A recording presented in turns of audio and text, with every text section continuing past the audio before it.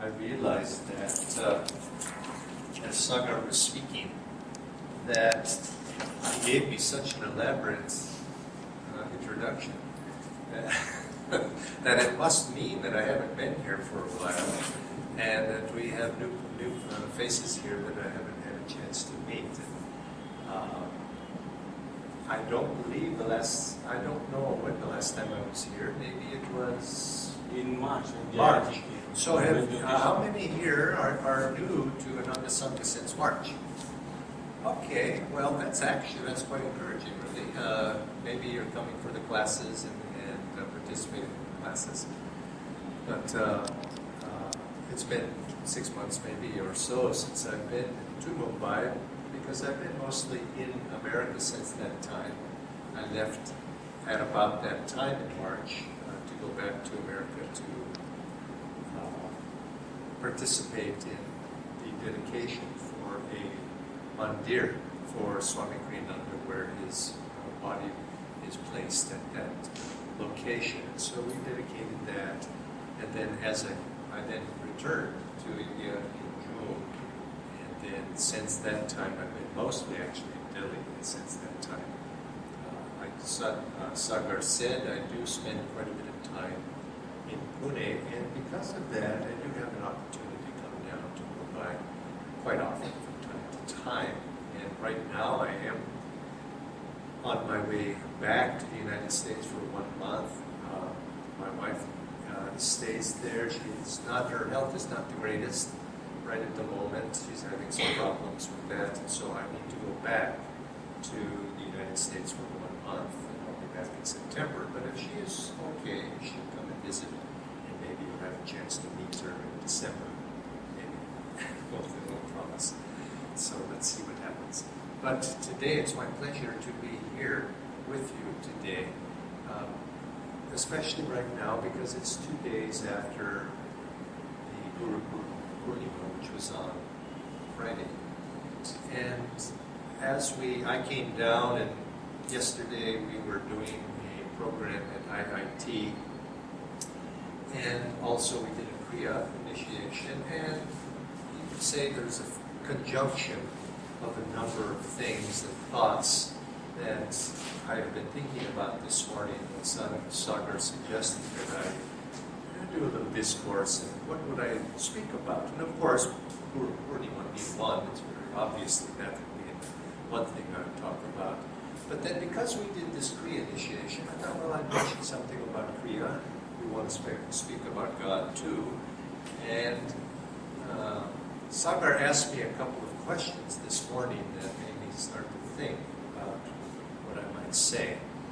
And he asked me, he said, is it possible that we can find God without Kriya Yoga? Well, of course you have to say yes, because Kriya Yoga is somewhat unique to our path.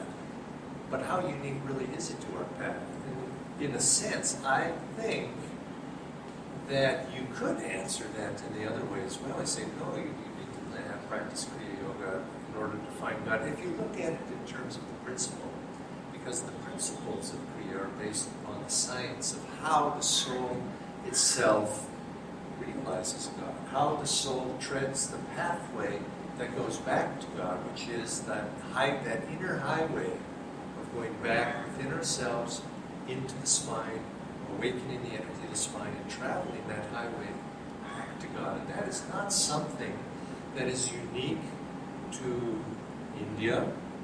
It's not unique to any other culture of the West. It's something that is a universal principle. And this is something that I think Paramahansa Yogananda, when he went to the West, that he was trying to impress people with this idea to bridge the gap that people have between one religion and another. Many people in the world think, well, they're Hindu, I'm Christian, and we have separate pathways to God, or perhaps fill in the blank with some other religion.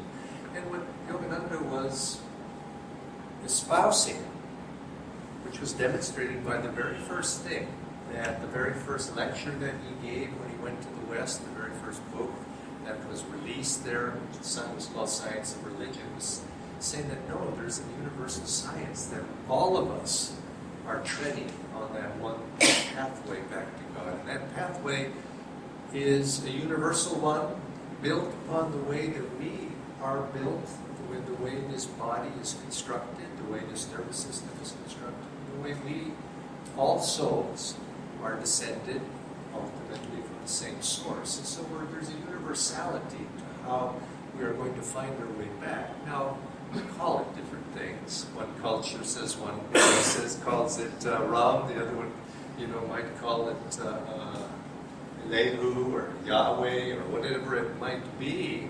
The names and customs vary, but that inner pathway remains the same. And so when we say Kriya Yoga, we have to be precise. And so he said, what can we find without Kriya Yoga? Well, yes, but maybe it's called by some other name.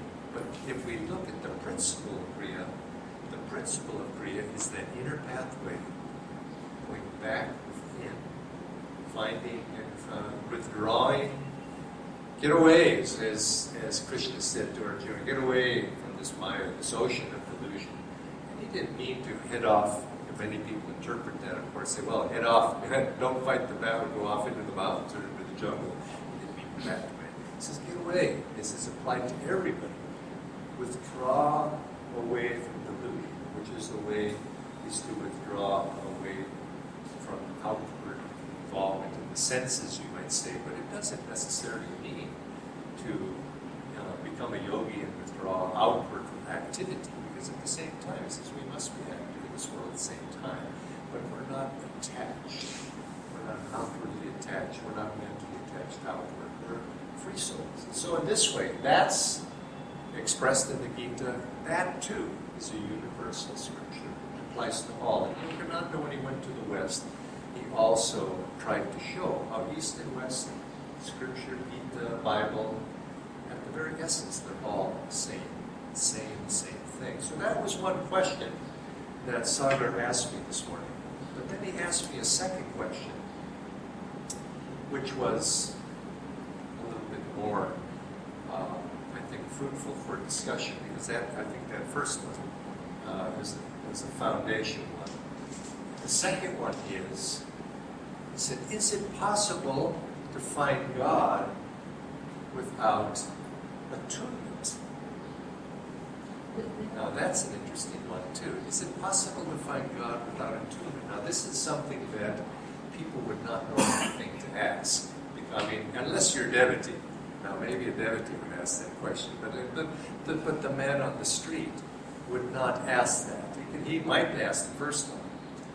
Well, Kriya Yoga, because we're very trying to espouse that. But what about this? Is it possible to find God without attunement? Well, attunement to what? You see. And this, of course, brings me to Purnima, is that what the yogis say, what the masters say, what the spiritual tradition says, is can you find God, which is an extension of the two questions he asked me, can you find God without Guru? Now, what do the scriptures say? Well, the scriptures are silent in some cultures, of course. They don't recognize that concept. But here, in this culture, the answer is, do you, or maybe I should ask, let me ask that a little differently. Maybe the question is, do you need a guru? And the answer is no, you don't need a guru. Except if you want to find God. You see, that's how Swami he set it up that way. If you don't want to find God, you don't need a guru. And then because you can do many things, want to keep from this world. You can see that. But if you want to find God, then yes, you do. So if you want to find God, you need to have, you need to practice Kriya, or let's just say the principles that Kriya espouses. You need to have attunement. You do need to have attunement. Yes, so the answer to that is yes. But attunement to what? And then, do you need a guru? Yes, you do. And so the second and the third question are related. If you need to find God, you also need something else. You need the tools to be able to find God. And the tools are not necessarily, you would say, yes, Kriya Yoga wouldn't be what I'd say the first tool I'd answer with. This is not what our Guru, Paramahansa Yogananda, what he taught. When he taught publicly, he spoke of the need for Kriya, the need for, or some aspect of that. He talked about the science, he talked about the techniques, he probably didn't speak about Kriya Yoga initially to the first public audiences when he spoke about meditation, the need to be calm, the need to find peace in one's life, the need to concentrate, all of these things he spoke about. But when he spoke to the disciples, he didn't speak about those things. He didn't speak about the philosophy or the deep teachings that people often think that he taught about. He taught instead about activities. And that's what he emphasized in the ashram. Just that, pretty much. Just that. And he talked about the need, be in tune, be in tune, be in tune. And of course, what does that mean, to be in tune? And I think for all of us, if we're serious about the path of Kriya Yoga, if we're serious about the path of finding God, if that really is, we've come to that point where we want to have liberation, whatever it might be, we have to then, and if we recognize, yes, if you want to follow that, we need to have Guru. We accept that tradition. And what did the Guru say? Be in tune. And of course he was saying be in tune with the Guru, with him, but it's not to be interpreted necessarily as being in tune with me, Yogananda, the fellow who came to America from Bengal, and has this body, this personality, and this. That really was not what he was saying, although it is what many people interpret that to be, not to be in tune with him. So Yogananda liked certain things. He liked a certain movie, so I must like that movie too. If I don't like it, I must be out of tune. or if Yogananda he wore a certain manner of dress, then maybe I should dress like that. And then, so these are very superficial things that people, when they learn this teaching, be in tune. They interpret it very externally because they don't know internally what is being asked of them. But it's okay, because if one's heart is sincere and one is trying, well, we have to start somewhere. And so I don't want to say that. I don't fault that. I would only fault it if we left it at that level. We have to take it to a deeper level than that. We have to understand what does it mean to inwardly be in tune. And especially when we, at this time of year, bringing into this subject of Guru Purnima, we need to think in terms of, even with Guru Purnima, what are we celebrating with Guru Purnima? We're celebrating the Guru, yes. And oftentimes, if we think of it, just we're celebrating my Guru, see? But really, we're celebrating the concept, the principle of what the Guru means. Yes, we have to put a name, we put a face to it, and each of us in our own way fill that space with the image that is dear to us.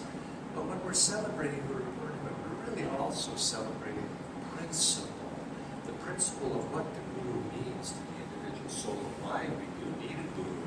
And then also, if we do need that Guru, how do we attune ourselves to that principle of what the Guru means? Now, the Guru is a recognition that God works in this world through channels. Ultimately, you could say God is the Guru. God is Guru. But yet God expresses through a channel, through an individual channel that reaches out to each individual soul uniquely. And that's, in our case, Paramahansa Yogananda, the Guru of our work, that unique expression is he reaches out, and we could say approach God through that channel. It said this is the ancient teachings, and this is said, the recognition of this teaching in the very first paragraph of the autobiography of the yogi Yogananda states it very nicely, a principle there. So he says this principle of the Guru, not the personality, but the principle of the Guru, the disciple-Guru relationship is what has sustained the culture of India for many thousands of years, and it has allowed it to maintain its continuity of culture, whereas many others, if not all others, most others, certainly, maybe all, have come and they've gone. But yet there's been a continuity here in India that precedes the Egyptians, or anything, or even the Chinese culture doesn't. These dynasties have come and gone, but yet the culture has gone way back. And well, how has that been possible? And it's been particularly because, as you have said, the continuity and the recognition, age-old, that there's this relationship, knowledge being passed on. And the Guru-disciple relationship implies a certain thing. It implies something. It implies that knowledge is not created by every new generation comes along and creates a new teaching. It says, I come from a country where if you want to sell something or if you want to have something accepted, it has to be new. the new technique, or the new iPhone, maybe I should say nowadays, is the new smartphone. If it's new, it's good. And that's what we want. And so consequently, you find the new diet, and that, or the new, whatever it might be that is popular. But yet, that idea is also the new way to achieve success and happiness, the new way to achieve enlightenment, the new way, the modern, maybe that's a synonym for new, way to achieve moksha. Well, a culture such as that probably doesn't have ancient roots to it. And what has sustained the Indian culture is there really is nothing new when it comes to moksha, when it comes to enlightenment, when it comes to knowledge. And it's a recognition that wisdom, knowledge, is received. It's not created. It's, and you might say the highest truths are something that we have to perceive and receive. Now, as Yogananda expressed that in his saying, thoughts are universally rooted, not individually rooted, which means that we don't create reality through our brain. We perceive it. And the implication of this is it implies a certain, one is what our responsibility is as devotees, and it also implies a certain humility as well. Because a culture that says, I create the reality, is an emphasis, isn't it? So is I am the doer. I am the one who is responsible. I am the one not just responsible for myself, but I am responsible for this reality of creating it, how I perceive it. But if we realize I am not the doer, which is the ancient teaching, we recognize that it's our duty to receive that. And it gives us a sense of humility and a recognition of things that have come down through time to us. But our responsibility also, we have a part to play. Our responsibility is to perceive that truth. And the next, perhaps even better said, our responsibility is to receive that. And how do we receive that? How do you? Can we directly perceive that truth? Now, I think the question that all of us should probably have at some point, we do have, is why do I need that? Why can't I simply perceive it directly? Well, I could just say, well, that's not what the scriptures say. The scriptures say we do need an instrument. But we do, we need to see that divinity expressed through that channel, because we need to have something to which we can attune. We have to be able to attune. Now, how do we attune to God? Well, what is God? I mean, that's what we're trying to find out. So how do you attune to something to which you have no concept really of what it is? It's something that and so we need to have something to which we can attune ourselves and align ourselves. And that instrument of the divinity is the Guru. Somebody that has preceded us, who has realized that which each one of us want. And that, of course, is the God-realized soul. And so that God-realized soul, how do we draw from that soul? We don't just sit at the person's feet. There are many people that sit at the feet of the Guru and they get very little. Yogananda said there are many rats and mice on this hill. This is where his ashram was, and they're not finding God. You have to do more than just be in the company. It's more than just read a book. More than just, actually, you could say it's more than just practice a technique and do pranayama. It's more than that. That's just a tool to allow you to do something else. And what it is, what we have to do is put ourselves in alignment with what the Guru is. And so the Guru is God. But it's because the Guru is one with God.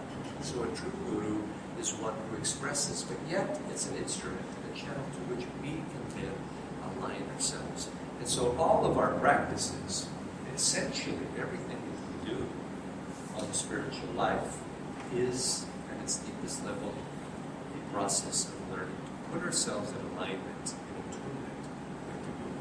We attune, we put ourselves in that wavelength with it. We begin to think like the Guru.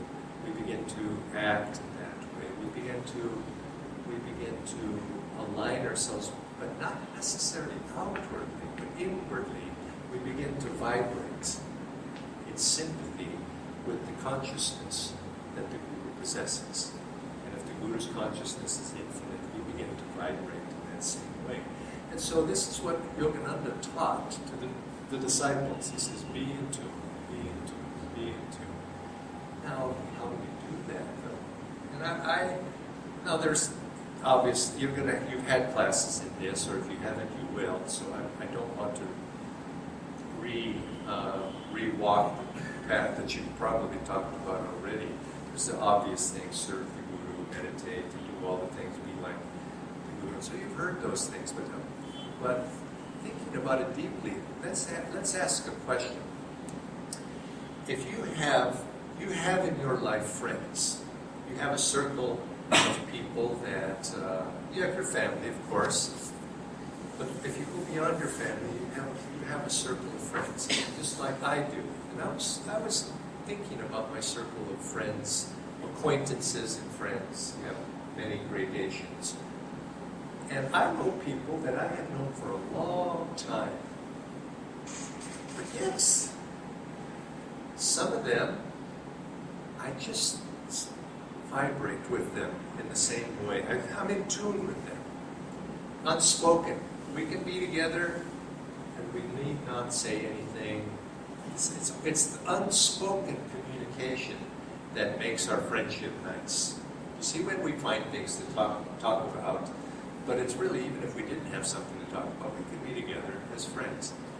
Other people I've known a long, long time, and I don't feel that with them. There's something, now we're friendly. I don't mean to say we're not friendly, but we're just not, that ease is not there. You see, that ease is not there. Now, I think you probably know what I'm saying, and look at your own acquaintances, it's like that. And why? Why is that? Why do you feel that vibrational sympathy with some people and not with others? Even though you would like to, and you try to, but it somehow just never quite fits, it just doesn't go. Now, looking at that, I think, and you might say that they're both friends. Both are friends in the sense that you have sympathetic feelings for each other. But the one is more of a friend than the other. And if you can isolate that, might the answer not be something having to do with attunement? You're in tune with that person. Now, how did you create that attunement with that person? Well, I suspect probably it's from lifetimes of friendship in the past, having tried. And actually, as an aside, Paramahansa Yogananda said that if you can recognize those people in this life, even though you may have not known them very long, but if you can recognize those people, he said you should cultivate the friendship of those people because they are important to you and to your soul growth and to your, because we move through life, you might see, in families, and your biological family may not be your real family, you see, in this sense. You happen to be sharing some relationships biologically in this lifetime, but he said your real family are everyone who likes your spiritual family, specifically those people with whom you resonate, because you probably travel together, and he says you bring out the highest qualities in one another if you cultivate those. And he says look for those people and try to develop those relationships in this life. But what is it? What is that similar vibration that makes it attuned? I would think one is it really is the nature of what friendship is being friends with that person, that friendship, and whatever that quality is that you see in those people, try to develop that quality to those people with whom you're trying to attune. In this case, let's say the Guru. To have that, to be able to try to develop that quality. Now, in our case, the master has passed on, but yet we can still draw upon that feeling and that sense of friendship, of just being with somebody, that I can just be with you. Try to draw that quality out. Swami Kriyananda used to say, try to draw that quality out through the eyes. Look at the eyes of the person, kind of feels this is my dearest friend, somebody who's right here with me, and I can be with, and whether, even if I make mistakes, things go wrong, there's going to be somebody there that's going to sympathetically, maybe not agree with me, but yet say, look, and they're going to help me, and do whatever is necessary to bring me back onto the straight path, the narrow path toward God. So look for that quality, because this is what we want to develop. If we want to develop a spiritual life, if we want to move toward God, we must be in tune. Then try to expand that idea out. What does it mean to be in tune with each other as gurus? Because this is a spiritual family as well. What is it that we all hold in common? I think there, if you look at Yogananda's life, since we are spiritual children of Paramahansa Yogananda, I think we should, what are those qualities that unite us through him? And if you look at his life, I think you can find he resonated with joy. He was joyfully enthusiastic. He joyfully was enthusiastic for God. If you read his life, you can see that. He was kind. He said his guru, Sri Yukteswar, he was a master of wisdom, and his path was a little bit different. Cold mathematics, sometimes Yogananda would say to him about it. But he said he couldn't be that way. Master was not like that. He said he had to go through the path of love. And he expressed that love through kindness and consideration. Now, that doesn't mean he wasn't also disciplinarian when he had to be, but there's always a gentle kindness to it. He always had that quality. So let's put the different qualities that we feel from Yogananda. He was energetic. He was enthusiastic. I guess we go with that. Energetic, enthusiastic. He was joyful. He was embracive of other people. He was kind to other people. He was could say people felt in his presence that he was their best friend, that he had always been their friend. His only concern was to help uplift other people. And so if you would just pick a handful of qualities and try to meditate upon those qualities, and if you can feel those qualities within yourself, and particularly feel them while you're gazing upon the Master, you'll begin to take on the qualities of Yogananda himself, because he too was a perfection of these qualities. And so try to express those qualities that are associated with Yogananda in your life.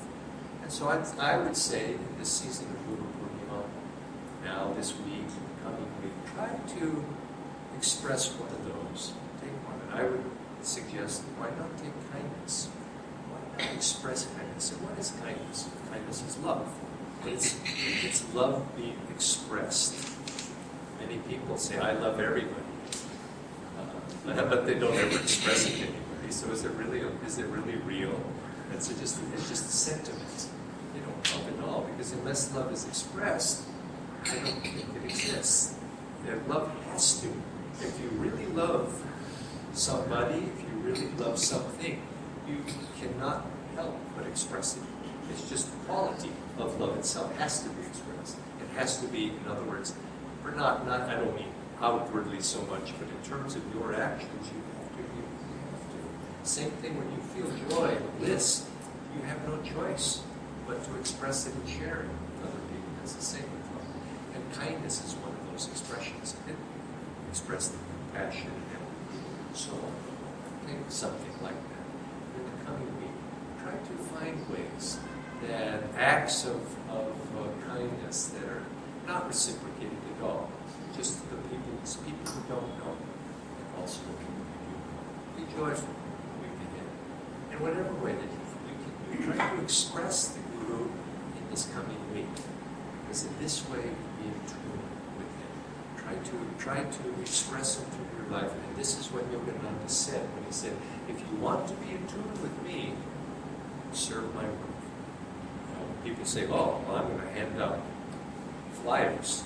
That wasn't what he was saying. He was saying, serve my work. What is his work? His work was self-realization, God realization. His work was sharing God with other people. You want to be in tune with him, share some expression of the divine with other people.